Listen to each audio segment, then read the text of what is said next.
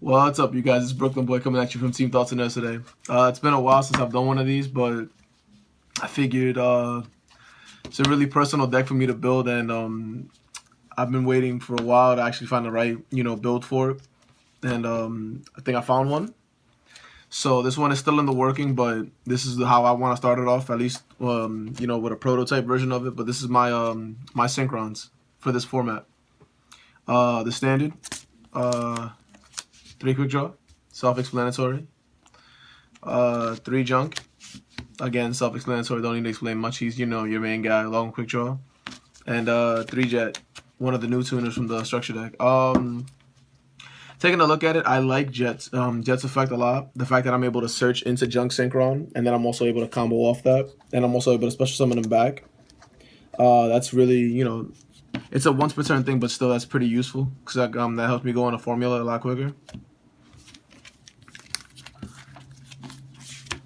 I also run the standard 3 Cobalt, 3 Doppel, and 3 Level. Obviously, for the fact that Cobalt and Doppel obviously are search targets for junk, and Level Eater also combos off for level 5s with Quick Draw. Same thing goes with Doppel. Since I special Quick Draw, I'm able to special him and then combo off into my level 7s. And to round about my monsters, I go 1-1 with Mathematician and Dandelion. I like the fact that Mathematician lets me search, and then I get a +1 when he's gone.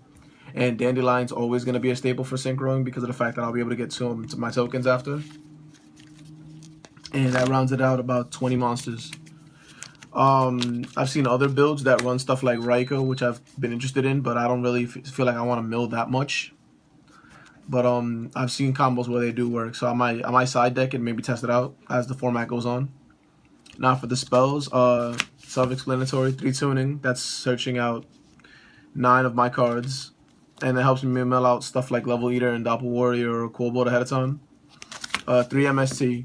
This card I was gonna run on the side deck for the fact that MST really isn't as good as it used to be. Now that we have Twin Twister, that's the one card I do want to get for this deck, but at the moment I'm still just gonna run MST at the moment. I've been on Dev Pro testing out Twin Twister and it works a lot better, but I don't have 3 Twin Twisters at the moment, so once I do get them, I'll update this.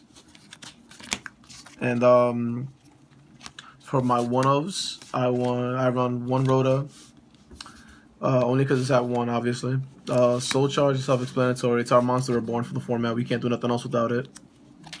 Lore, because I have better targets with Doppel. I never try to go into junk with the lore, but I mean, if I have to, you have to.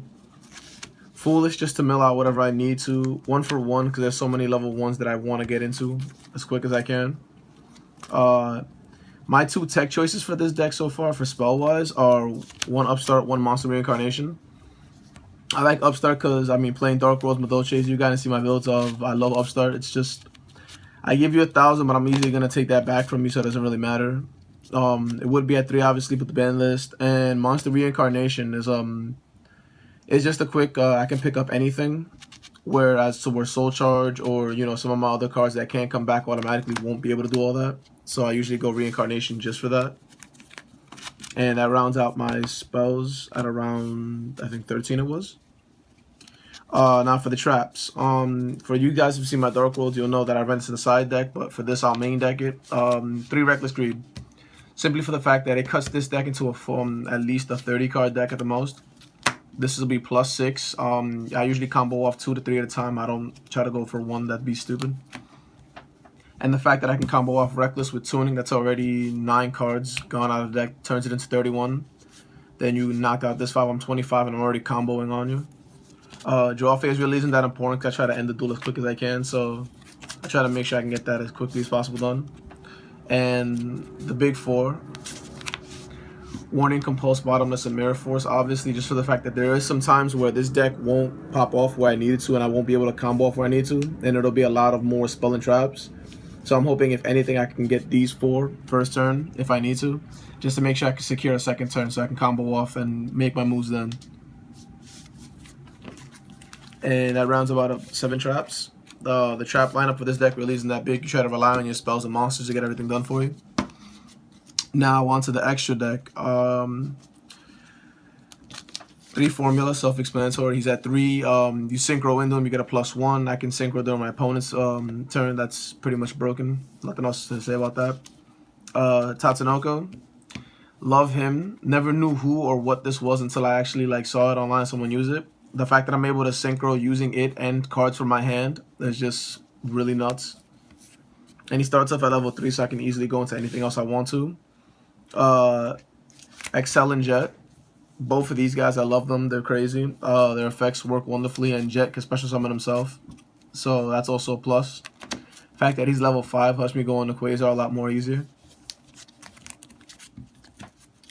Hyper Librarian, every Synchron deck runs it. Any Synchro deck just runs it. It's a +1 no matter how many times you Synchro. So you pop off 3 formula, you pop him off, you're easily just +4 automatically. So not really much to say on that one. Drill, I've always loved Drill. I love his effect. I love that I'm able to just ping you directly if I need to, if you're just gonna sit there and make a wall. Gardner, I mean, it's a good defender if I need it. And Stardust Charge, because I could always pump him up and then just swing at everybody. That rounds out my 6s. For the 7s, I run Ancient Fairy and I run Junk Archer.